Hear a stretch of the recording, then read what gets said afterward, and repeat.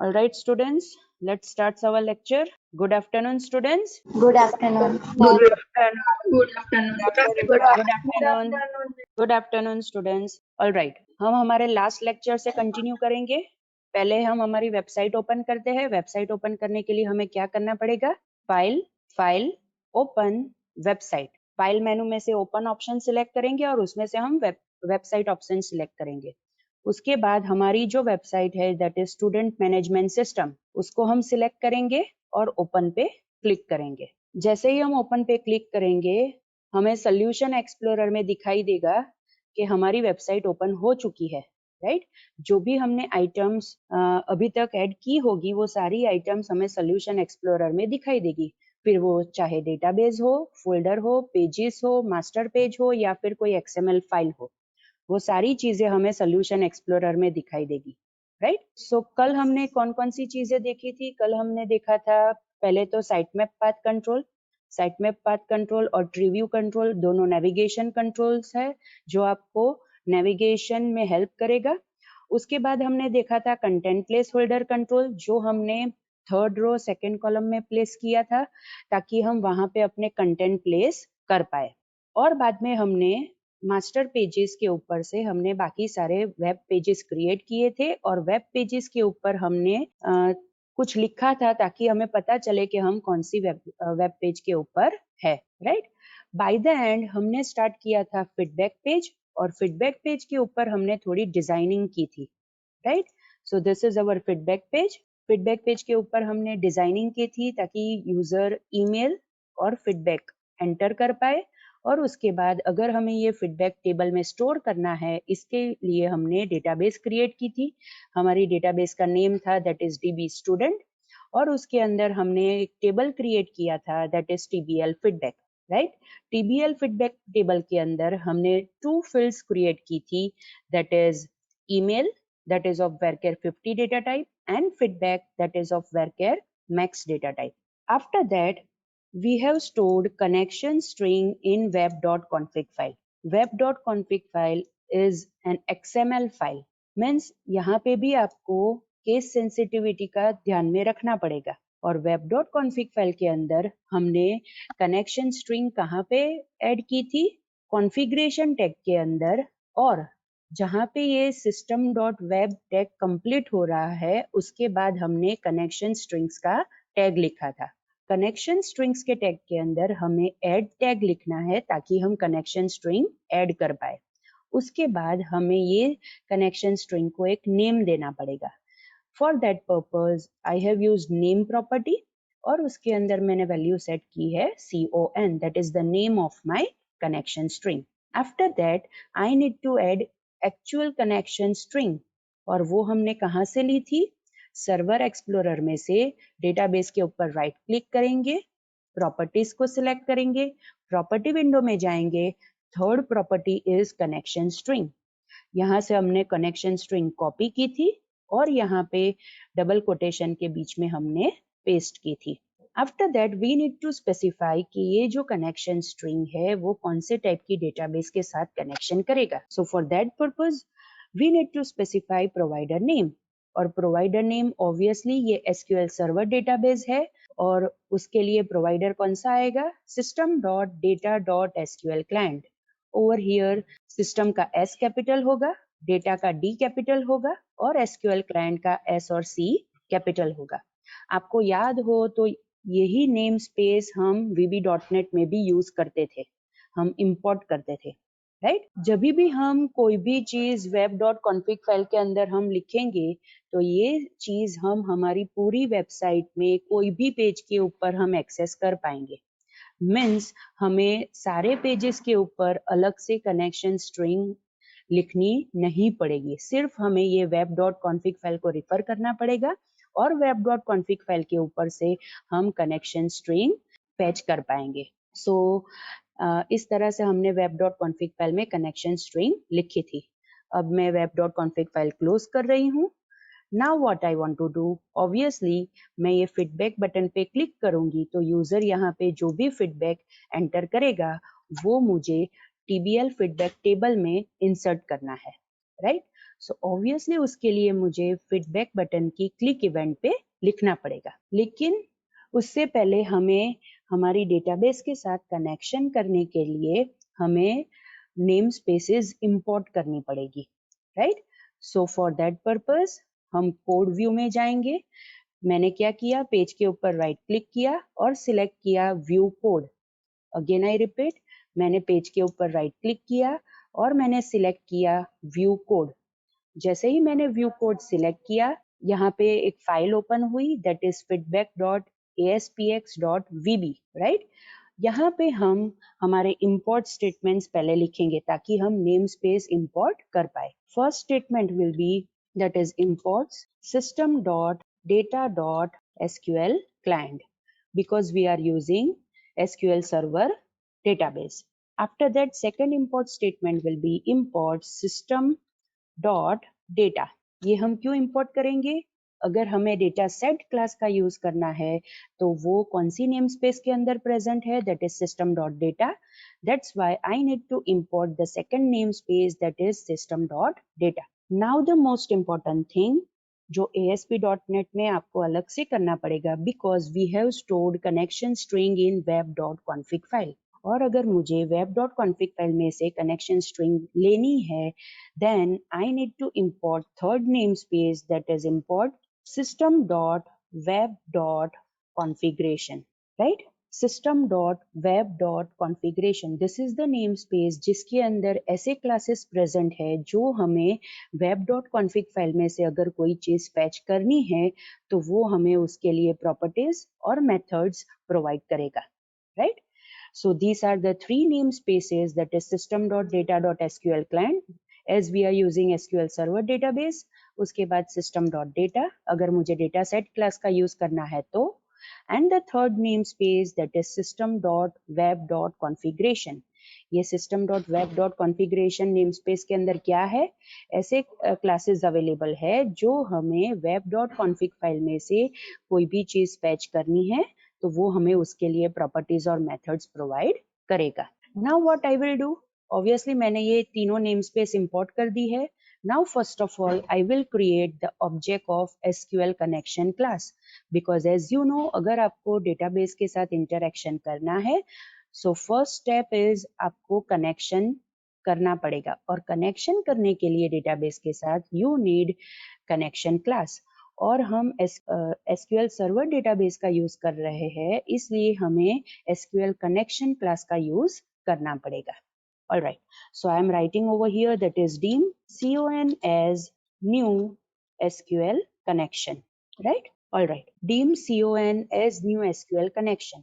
अब आपको पता है कि आपको यहाँ पे कनेक्शन स्ट्रिंग लिखनी पड़ेगी, बट हमें कनेक्शन स्ट्रिंग कहाँ से लानी है, web.config फाइल में से लानी है।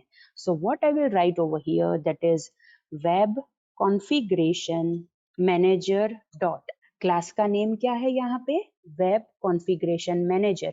Web configuration manager is the class, वो आपको ऐसी प्रॉपर्टीज और मेथड्स देगा जिसकी हेल्प से आप web.config फाइल में से जो भी आपको फैच करना है वो आप फैच कर पाओगे। As you are able to see over here, that is second property which is listed in intelligence is connection string.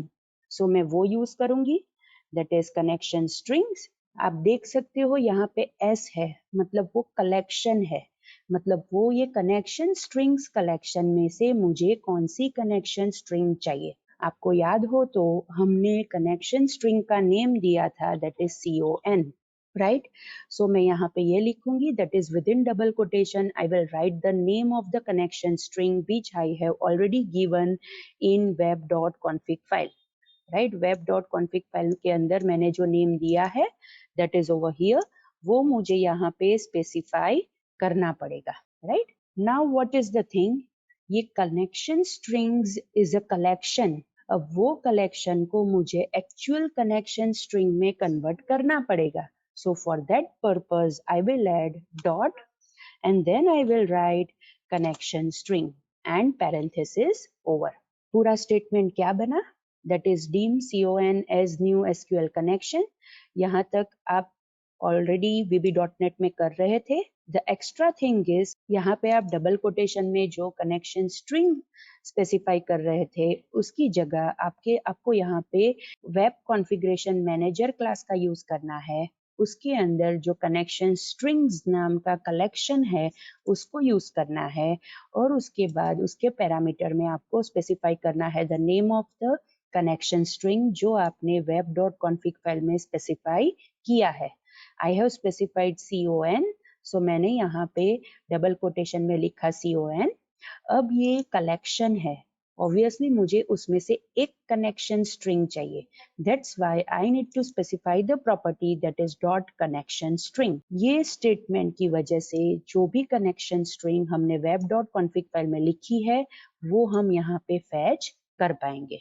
अब हमें क्या करना है, ऑब्वियसली ये जो बटन है दैट इज फीडबैक बटन, उसकी क्लिक इवेंट पे हमें ऐसा कोड लिखना है जिसकी वजह से हम फीडबैक डेटाबेस में इंसर्ट कर पाए। तो ऑब्वियसली मैं इसके ऊपर डबल क्लिक करूंगी तो मुझे फीडबैक की क्लिक इवेंट मिलेगी। अब ये क्लिक इवेंट के ऊपर मैं अपना कोडिंग स्टार्ट करूंगी। ऑब्वियसली मुझे एक्सेप्शन हैंडलिंग भी करना पड़ेगा। मैंने आपको वीडियो शेयर किया था ट्यूटोरियल का एक्सेप्शन हैंडलिंग का। आई होप कि आपने वो वीडियो देखा हुआ है। हम यहाँ पे स्ट्रक्चर्ड एक्सेप्शन हैंडलिंग का यूज करेंगे because you have already studied structured exception handling in VB dot, right. I will right try, right. जैसे ही मैंने ट्राई लिख के एंटर किया अपने आप उसने कैच और एंड ट्राई दे दिया। अब मैं यहाँ पे पहले ऑब्जेक्ट क्रिएट करूंगी कमांड क्लास का, that is dim cmd as new SQL command.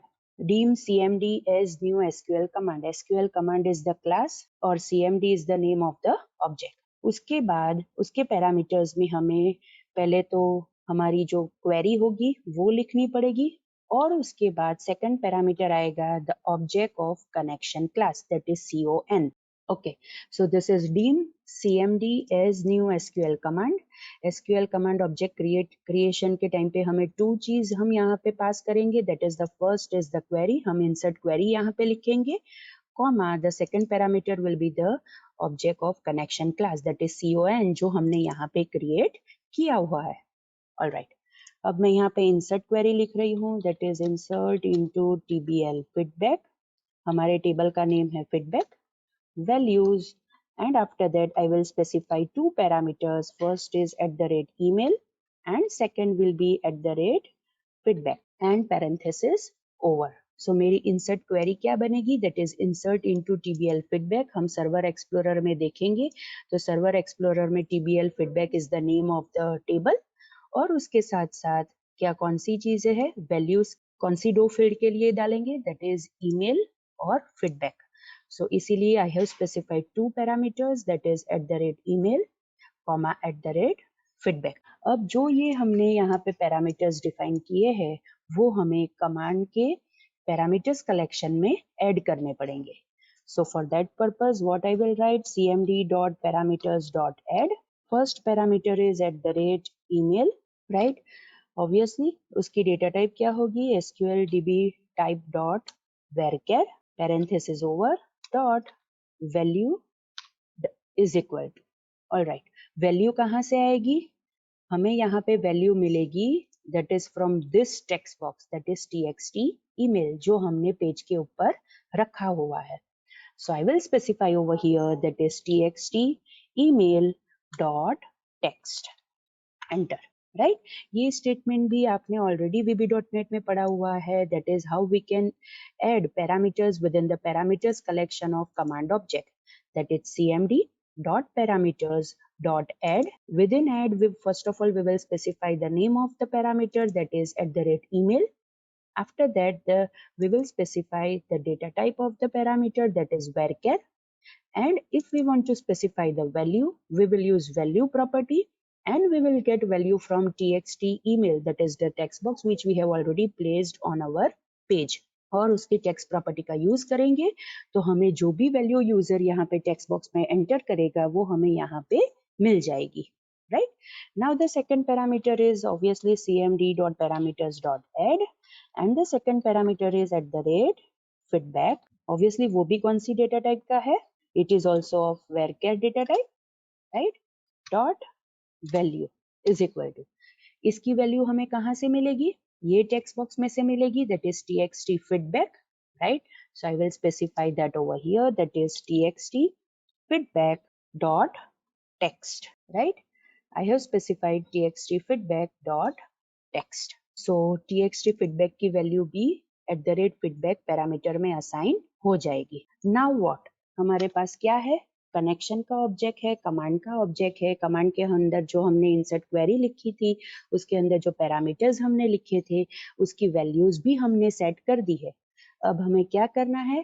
Connection open करना है, क्वेरी एग्जीक्यूट करनी है और कनेक्शन क्लोज करना है, राइट? सो कनेक्शन ओपन हम कैसे करेंगे? That is con dot open. con is the object of connection class. उसकी ओपन मेथड को हम कॉल करेंगे ताकि वो डेटाबेस के साथ कनेक्शन ओपन करे.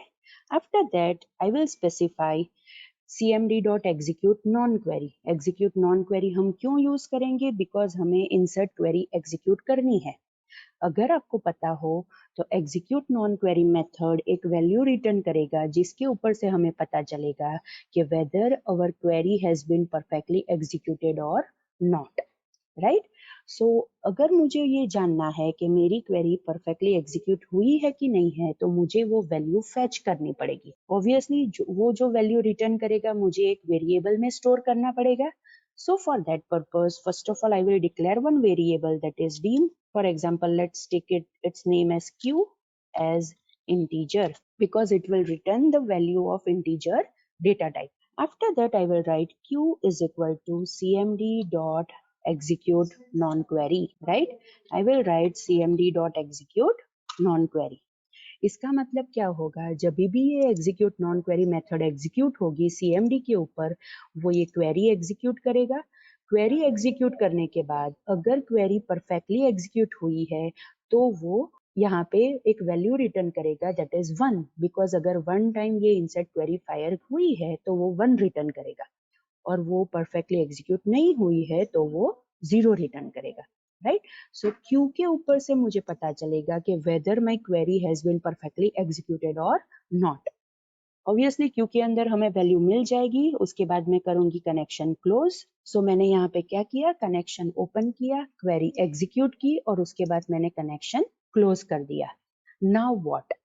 अब क्यू के अंदर मेरे पास वैल्यू है कि whether query has been executed और नॉट. सो ऑब्वियसली मुझे जानना है, बिकॉज मुझे यूजर को बताना है कि उसकी क्वेरी परफेक्टली एग्जीक्यूट हुई है कि नहीं हुई है. So what I will do, I will write if condition over here. If q is greater than 0, then enter, right? मैंने लिया q is greater than 0 because हमें पता है कि अगर query execute हुई है तो वो हमें greater than 0 value return करेगा. After that, I will write msg box and within that I will write record inserted. So मतलब हमने यूजर को मैसेज दे दिया कि उसका रिकॉर्ड इंसर्ट हो गया है, राइट? ओके. अगर आपको यहाँ पे ऐसा मैसेज देना है कि अगर क्वेरी एग्जीक्यूट नहीं हुई है और आपको मैसेज प्रोवाइड करना है यूजर को, तो आप यहाँ पे लिख सकते हो for example else. Message box में हम क्या देंगे? मैसेज बॉक्स में हम यूजर को देंगे रिकॉर्ड नॉट इंसर्टेड, राइट? हम यूजर को देंगे रिकॉर्ड नॉट इंसर्टेड. और अगर यहाँ पे ये स्टेटमेंट्स एग्जीक्यूट करने में कोई भी एक्सेप्शन रेज होती है, ऑब्वियसली वो कहाँ पे जंप करेगा? कैच ब्लॉक के अंदर जंप करेगा. और कैच ब्लॉक के अंदर हम एक मैसेज बॉक्स लिखेंगे, राइट? कि जो हमें एरर की डिस्क्रिप्शन, एरर का डिस्क्रिप्शन देगा. आई will right ex dot message, right? यहाँ पे मैंने मैसेज बॉक्स में क्या लिखा? That is ex. वो यहाँ ऑलरेडी क्रिएट हुआ है विद द एक्सेप्शन क्लास. उसकी मैसेज का मैंने यूज किया, मतलब डॉटनेट के अंदर जो प्री डिफाइंड मैसेजेस है वो मुझे यहाँ मैसेज बॉक्स के अंदर डिस्प्ले करेगा, right? So this is the thing how we can insert the value from ASP.NET web page within our tables, right? Save करते हैं हम इसको और एग्जीक्यूट करते हैं. See over here, this is our web page. Index page open हुआ है because अगर आपको याद हो तो कल हमने इंडेक्स पेज को स्टार्ट में किया था, इसलिए जैसे ही मैंने वेबसाइट रन की उसने इंडेक्स पेज रन किया एग्जीक्यूट किया और ब्राउजर में हम इंडेक्स पेज दिखाई दे रहा है, right. Now I will click on feedback. See, यहाँ पे हमने जो फीडबैक पेज डिजाइन किया है वो आ रहा है, राइट। ईमेल में एंटर कर रही हूँ, for example nikisha@gmail.com and feedback में स्पेसिफाई कर रही हूँ good information, right.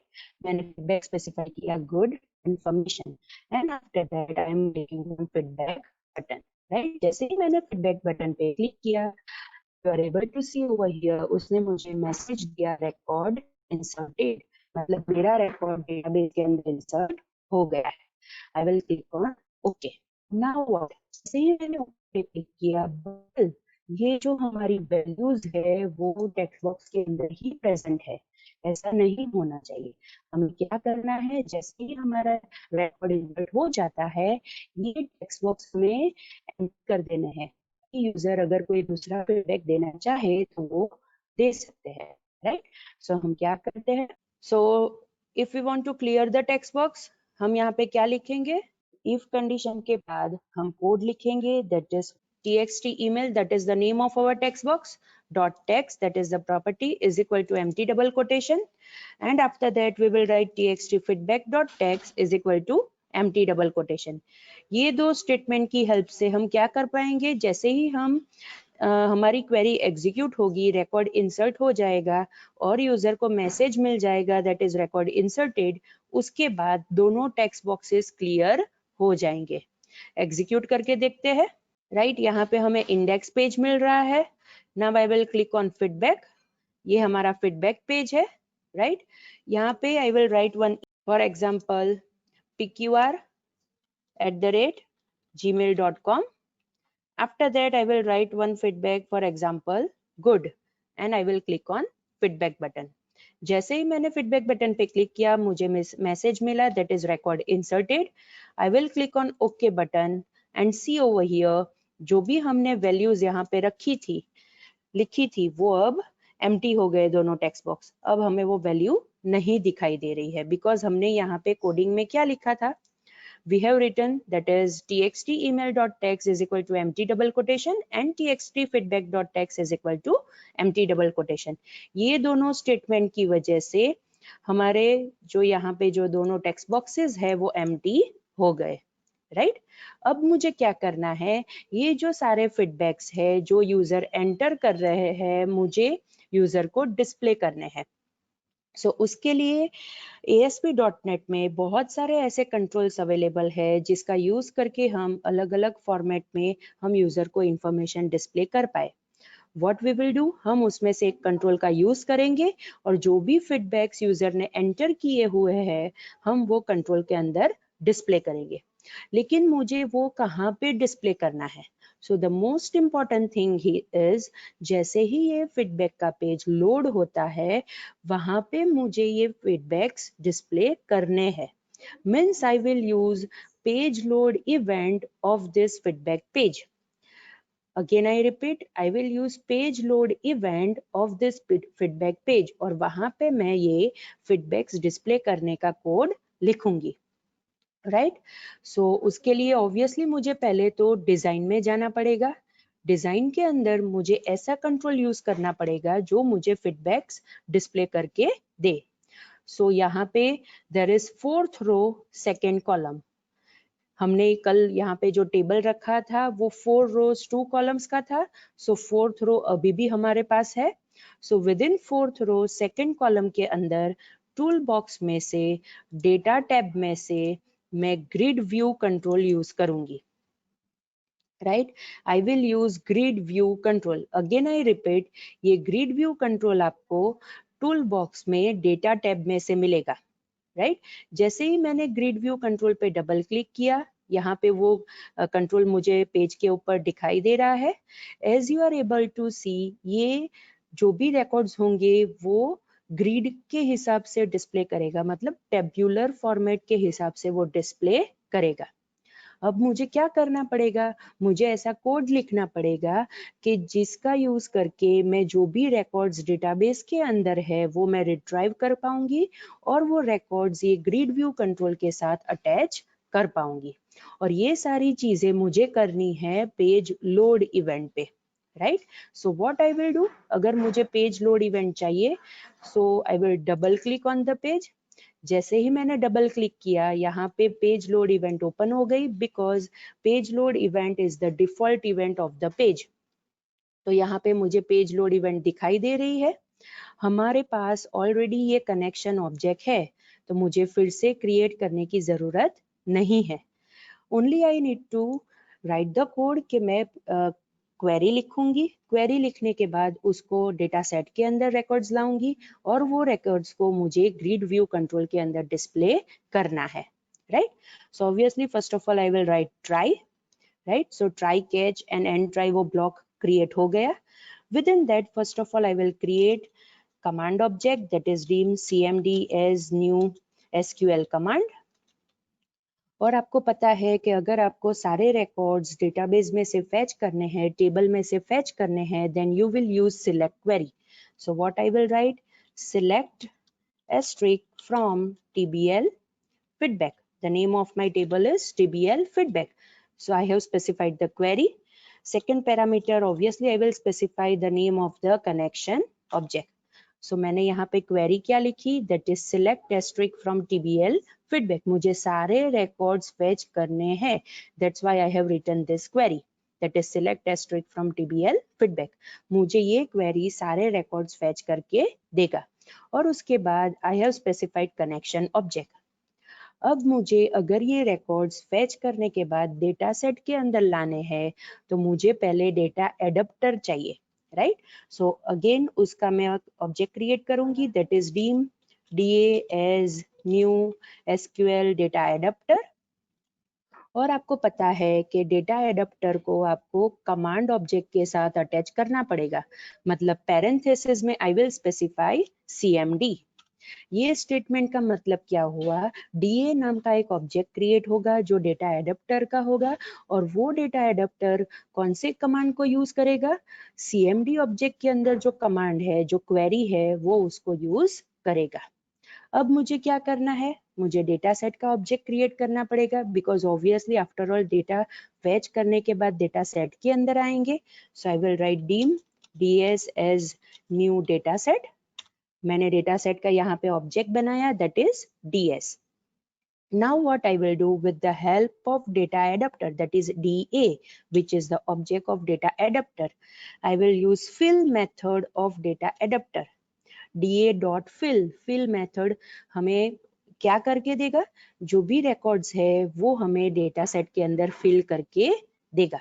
So first of all I will specify the object of the data set, that is ds, and after that I will specify the name of the table। मतलब data set के अंदर मुझे जो table create करना है उसका name क्या होगा। For example I will give it as feedback, right. So ये स्टेटमेंट से क्या होगा, डीए का यूज करके, उसकी जो फिल मेथड है उसका यूज करके हमें DS, that is the data set, हमें उसको फिल करना है। लेकिन उसके अंदर फिल करने के लिए मुझे एक टेबल चाहिए।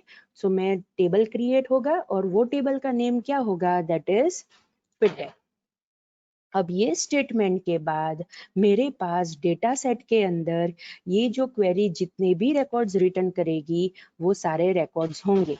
अब मुझे क्या करना है, ये डेटा सेट को मुझे ग्रिड व्यू कंट्रोल के साथ अटैच करना है। ऑब्वियसली हमने ग्रिड व्यू कंट्रोल का नेम यहाँ पे अभी तक चेंज नहीं किया है, right. So what we will do, हम फीडबैक के डिजाइन में जाएंगे, ग्रिड व्यू कंट्रोल को सिलेक्ट करेंगे और प्रॉपर्टी विंडो में जाएंगे और उसकी आईडी प्रॉपर्टी हम सेट करेंगे, that is gv, that is for grid view feedback, right. मैंने ग्रिड व्यू कंट्रोल की आईडी प्रॉपर्टी सेट की, दैट इज gv feedback।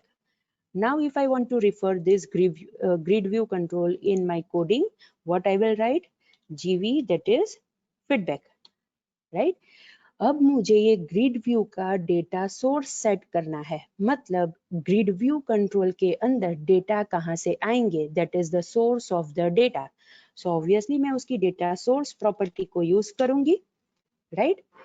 अब मुझे डेटा कहाँ से लाने हैं, डेटा सेट में से लाने हैं। तो डेटा सेट का ऑब्जेक्ट का नेम यहाँ पे क्या है, that is ds dot. Data set के अंदर बहुत सारे टेबल्स होंगे, तो ऑब्वियसली मैं टेबल्स का कलेक्शन यूज करूंगी। और हमने टेबल कौन से नेम से क्रिएट किया है? हमने टेबल क्रिएट किया है फीडबैक, राइट? सो मैंने वो यहाँ पे स्पेसिफाई कर दिया। So again I repeat, GV feedback is the name, और more precise it is the ID of the grid view control जो हमने यहाँ पे प्लेस किया है। उसकी डेटा सोर्स प्रॉपर्टी को हम यूज करेंगे, because data source property as the name says हम यहाँ पे क्या प्रोवाइड करेंगे? डेटा का सोर्स प्रोवाइड करेंगे। इट मीन्स के ग्रिड व्यू कंट्रोल में जो भी डेटा आएंगे वो कहाँ से आएंगे? ऑब्वियसली डेटा सेट में से आएंगे। सो डेटा सेट का ऑब्जेक्ट कौन सा है? DS। मगर डेटा सेट के अंदर बहुत सारे टेबल्स होंगे, वो बहुत सारे टेबल्स में से मुझे कौन सा टेबल कंसीडर करना है? That is feedback. सो मैंने यहाँ पे ये चीज स्पेसिफाई कर दी, right? Now the most important thing जो ASP.NET के अंदर आपको करना पड़ेगा, you need to explicitly bind the data. आपको डेटा एक्सप्लिसिटली कंट्रोल के साथ बाइंड करने पड़ेंगे, वो अपने आप बाइंड नहीं होंगे। दो you have specified the data source, लेकिन वो अपने आप बाइंड नहीं करेगा। So for that purpose, there are two ways. Either you can use the name of the grid view control, that is gvfeedback.databind, right? हम data bind method का use करेंगे जो grid view control की method है। ये जब भी ये डेटा बाइंड मेथड कॉल होगी, जो भी डेटा सोर्स के अंदर स्पेसिफाई हुए हैं वो ग्रिड व्यू कंट्रोल के साथ वो बाइंड कर देगा। And another option is you can specify me.databind। आपको पता है मी क्या रिटर्न करेगा?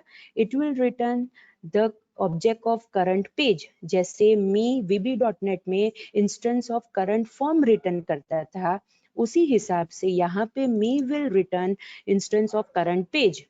हमारा करंट पेज मतलब ये फीडबैक का पेज होगा, और ये फीडबैक के पेज के ऊपर जितने भी डेटा कंट्रोल्स हमने यूज किए हैं वो सारे डेटा कंट्रोल्स ये स्टेटमेंट से डेटा कंट्रोल के साथ सारे डेटा बाइंड हो जाएंगे। सो देर आर टू वेज। अभी हमारे पास पेज के ऊपर एक ही डेटा कंट्रोल है, सो हम ये स्टेटमेंट का यूज कर सकते हैं। लेकिन अगर बहुत सारे डेटा कंट्रोल्स हो और हमें एक ही स्टेटमेंट का यूज करके डेटा बाइंड करना है, then we can use this statement that is me.databind। अभी मैं क्या कर रही हूँ इसको मैं कमेंट में डाल देती हूँ, right? So this is the code कि आप कैसे टेबल में से सिलेक्ट क्वेरी का यूज करके डेटा रिट्राइव कर पाओगे, डेटा सेट के अंदर फिल कर पाओगे, और वो डेटा सेट को एज अ डेटा सोर्स आप ग्रिड व्यू में यूज करोगे, और ग्रिड व्यू के साथ आप डेटा को बाइंड करोगे। कैच में हम सेम यूज करेंगे, दैट इज MSG बॉक्स, और लिखेंगे ex.message, राइट? मतलब अगर कोई एरर है, एक्सेप्शन है, तो वो मैसेज बॉक्स में डिस्प्ले करेगा, राइट? अब हम पेज एग्जीक्यूट करके देखते हैं। ऑलराइट, जैसे ही मैंने पेज एग्जीक्यूट किया, यहाँ पे इंडेक्स पेज दिखाई दे रहा है। I will click on feedback link, right? See, जैसे ही मैंने फीडबैक लिंक के ऊपर क्लिक किया, मुझे यहाँ पे सारे फीडबैक्स दिखाई दे रहे हैं जो यूजर ने एंटर किए थे, राइट? हमने 4 फीडबैक्स एंटर किए थे, सो वो 4 फीडबैक्स हमें यहाँ पे दिखाई दे रहे हैं, right? Let's do one thing, यहाँ पे हम एक और फीडबैक ऐड करते हैं। फॉर एग्जाम्पल mno@gmail.com, और मैं फीडबैक देती हूँ provide good, and I will click on feedback button. यहाँ पे क्या आया? मैसेज आया, that is record inserted. I will click on okay. जैसे ही मैंने ओके पे क्लिक किया, यहाँ पे ये जो हमारे टेक्स्ट बॉक्स थे वो एम्प्टी हो गए, लेकिन यहाँ पे जो मैंने फीडबैक एंटर किया था वो डिस्प्ले नहीं हुआ। क्यों डिस्प्ले नहीं हुआ? क्योंकि ये जो कोड हमने लिखा है वो पेज लोड इवेंट पे लिखा है, और पेज लोड इवेंट एग्जीक्यूट होगी तब ये कोड यहाँ पे हमें जो नया फीडबैक है वो दिखाई देगा, राइट? सी, जैसे ही मैंने पेज को रिफ्रेश किया, अब यहाँ पे आपको हमने जो नया फीडबैक लिखा हुआ है वो यहाँ पे दिखाई दे रहा है। Right. So this is the way कि आप कैसे ग्रिड व्यू कंट्रोल के अंदर जो भी टेबल्स के अंदर आपने डेटा इंसर्ट किए हैं वो आप डिस्प्ले कर सकते हो, राइट। अनदर ऑप्शन इज, अगर आपको सेम चीज करनी है लेकिन जैसे ही रिकॉर्ड इंसर्ट हो जाता है उसके बाद आपको तुरंत ही डेटा ग्रिड व्यू कंट्रोल के अंदर डिस्प्ले करने हैं, तो आप क्या कर सकते हो, यहाँ पे डिस्प्ले करने के लिए कोड लिख सकते हो। लेकिन क्या होगा, जैसे ही हम यहाँ पे डिस्प्ले करने के लिए कोड लिखेंगे हमारा कोड 2 टाइम्स रिपीट होगा। दैट इज, हमने पेज लोड इवेंट पे तो कोड लिखा ही है, हम ये कोड यहाँ पे फिर से लिखेंगे। ऑब्वियसली ऐसा नहीं होना चाहिए, तो हम क्या करेंगे, ये जो हमारा कोड है ये कोड हम एक सब रूटीन के अंदर लिख देंगे। सो व्हाट आई एम डूइंग, यहाँ से मैं कोड कट कर रही हूँ, एक सब रूटीन बना रही हूँ, दैट इज सब, for example display feedback, right. और उसके अंदर मैं ये कोड पेस्ट कर रही हूँ। आपको पता है कि सब रूटीन कैसे क्रिएट करना है, आपने VB.NET में ऑलरेडी पढ़ा हुआ है, राइट। अगर आपको रिवाइज करना है मैं आपको एक ट्यूटोरियल की लिंक दे दूंगी, आप देख लेना आज, राइट। सो यहाँ पे मैंने एक डिस्प्ले फीडबैक का सब रूटीन बना दिया और उसके अंदर मैंने जो डिस्प्ले करने का कोड है वो यहाँ पे पेस्ट कर दिया। Now what I will do, page load event पे मैं ये डिस्प्ले फीडबैक का सब रूटीन कॉल करूंगी। मतलब पेज लोड इवेंट पे ये डिस्प्ले फीडबैक का सब रूटीन कॉल होगा, ये कोड एग्जीक्यूट होगा और जब भी पेज लोड होगा वो हमें रिकॉर्ड्स डिस्प्ले करके दे देगा। along with that I will call the same subroutine over here, मतलब जो हमारे टेक्स्ट बॉक्स एम्प्टी हो रहे हैं उसके बाद में सेम सब रूटीन कॉल करूंगी, दैट इज डिस्प्ले फीडबैक। इसका मीनिंग क्या होगा, जैसे ही रिकॉर्ड इंसर्ट होगा डिस्प्ले सब रूटीन जो है वो कॉल होगा, डेटाबेस में से रिकॉर्ड फैच होंगे और ग्रिड व्यू के अंदर डिस्प्ले होंगे, राइट। सो हम फिर से एग्जीक्यूट करके देखते हैं, राइट। फीडबैक पेज ओपन करते हैं, सी पेज लोड इवेंट पे तो यहाँ पे दिखाई दे ही रहा है, यहाँ पे 2 टाइम्स MNO का जो फीडबैक है वो दिखाई दे रहा है बिकॉज मैंने पेज को रिफ्रेश किया था। जैसे ही मैंने पेज को रिफ्रेश किया उसने फिर से वो रिकॉर्ड टेबल के अंदर इंसर्ट किया था, राइट। हमें रिकॉर्ड इंसर्ट डेट का मैसेज मिला था, इसलिए ये जो फीडबैक है वो 2 टाइम्स यहाँ पे दिखाई दे रहे हैं। Now let's do one thing, हम एक और फीडबैक एंटर करते हैं, फॉर एग्जांपल jkl@gmail.com।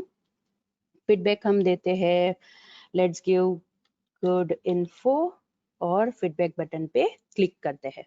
जैसे ही मैंने फीडबैक बटन पे क्लिक किया रिकॉर्ड इंसर्टेड का मैसेज आया, मैं ओके बटन पे क्लिक कर रही हूँ एंड सी ओवर हियर, हमारा जो फीडबैक था अब यहाँ पे वो दिखाई दे रहा है।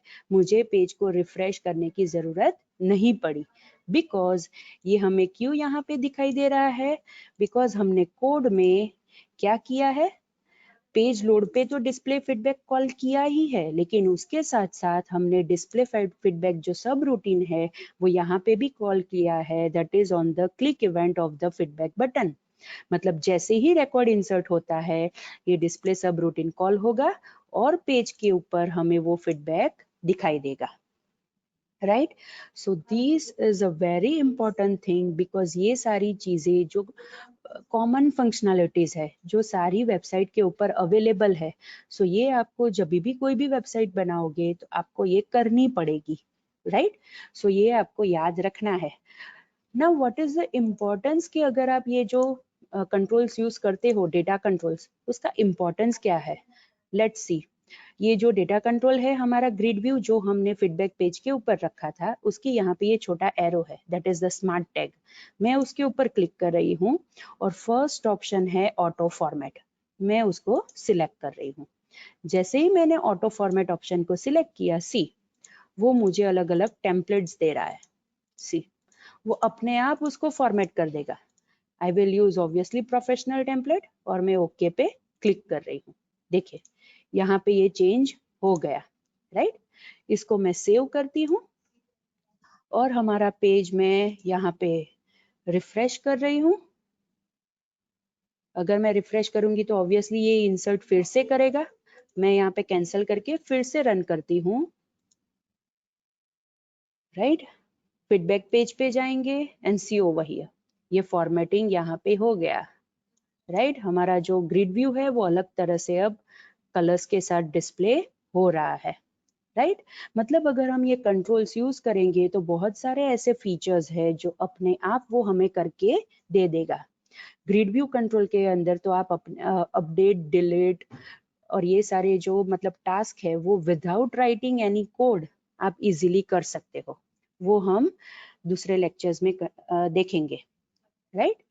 So students, let's do one thing.